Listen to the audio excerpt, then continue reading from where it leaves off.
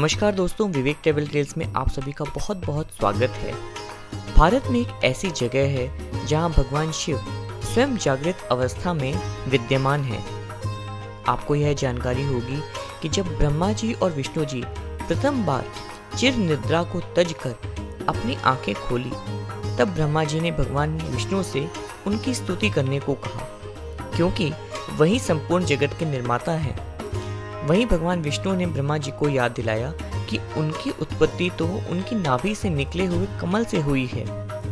यह वात द्वंद्व जब भयंकर युद्ध का स्वरूप लेने लगा, तभी वहां एक प्रकाश पुंज उत्पन्न हुआ और उस स्तंभ ने कहा कि जो मेरा छोर ढूंढ लेगा वही प्रथम माना जाएगा।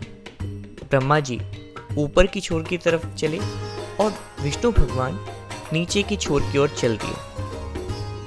कई वर्षों के उपरांत भी छोर न मिल पाने के कारण भगवान विष्णु ने अपनी हार स्वीकार कर ली।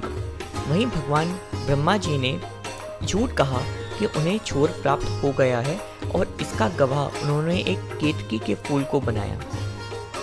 तभी उस स्तंभ से भगवान शिव उत्पन्न हुए और ब्रह्मा जी की पूजा न किए जाने का श्राप दिया और भगवान विष्णु के सच बोलने के लिए उन्हें अपने संवत पूजनीय होने का वरदान दिया।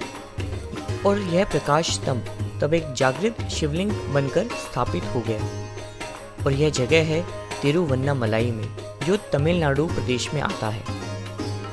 वहाँ का अरुणाचलेश्वर मंदिर भगवान शिव के सबसे प्राचीनतम मंदिरों में से एक है और अत्यंत पूजनीय है।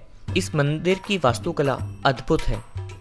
भगवान महर्षि रमन ने यहीं रहकर सिद्धि प्राप्त की और आज भी अनेकों तपस्वी इसकी कंदराओं में तप कर रहे हैं। यह स्थान इतना ज़्यादा पवित्र माना जाता है, लोग इस पर्वत की परिक्रमा करने आते हैं और उन्हें साक्षात भगवान शिव के होने का आभास होता है।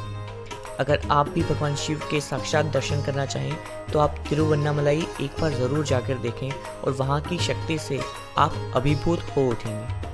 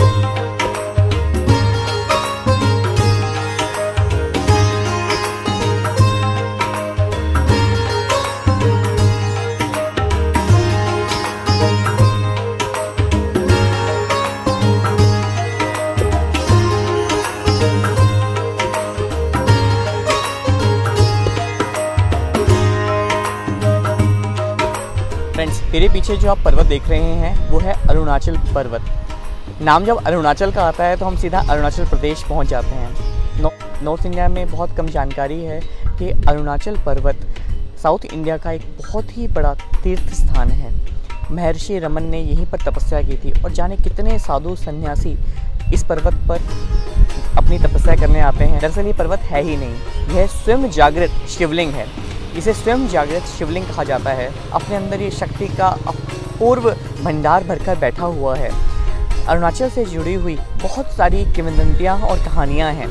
ऐसा माना जाता है कि भगवान शिव शंकर ने अपना नटराज नृत्य किया था इसी पर्वत पर किया था, और जो सबसे पहले वो अवतरित हुए थे इसी पर्वत पर हुए थे। और संपूर्ण ब्रह्मांड की जब रचना हुई थी उसमें, जब आपने सुना होगा कि किस तरह से ब्रह्मा और विष्णु भगवान में आपस में एक द्वंद्व चला कि कौन श्रेष्ठ है, कौन पहले आया है। तो उनके बीच में एक प्रकाश स्तंभ उत्पन्न हुआ और उसने उनसे कहा कि जो इस छोर का पता लगा देगा, इस प्रकाश पुंज का, इस प्रकाश स्तंभ का पता लगा लेगा, वही श्रेष्ठ है, वही पहला माना जाएगा। ब्रह्मा जी ऊपर की तरफ बढ़े और विष्णु भगवान नीचे की तरफ बढ़े, लेकिन हुआ ये कि ब्रह्मा जी ने झूठ बोला और विष्णु भगवान ने मान लिया कि इस प्रकाश स्तंभ का कोई अंत नहीं है। तब भगवान शिव शंकर ने या उसी प्रकाश स्तंभ में अपने दर्शन दिए, और वो जो प्रकाश स्तंभ था वो कहाँ था? यही इसी अरुणाचल पर्वत पर था। उस प्रकाश स्तंभ का बन गया अरुणाचल पर्वत। ये आज भी अपने अंदर इतनी शक्ति लेकर छुपा हुआ है। समझिए कि जब भगवान शिव शंकर अपने प्रकाश स्तंभ में प्रकाशित हुए होंगे और वो इस पर्वत में आकर बस गए, तो सोचिए कितनी शक्ति होगी इस पर्वत में।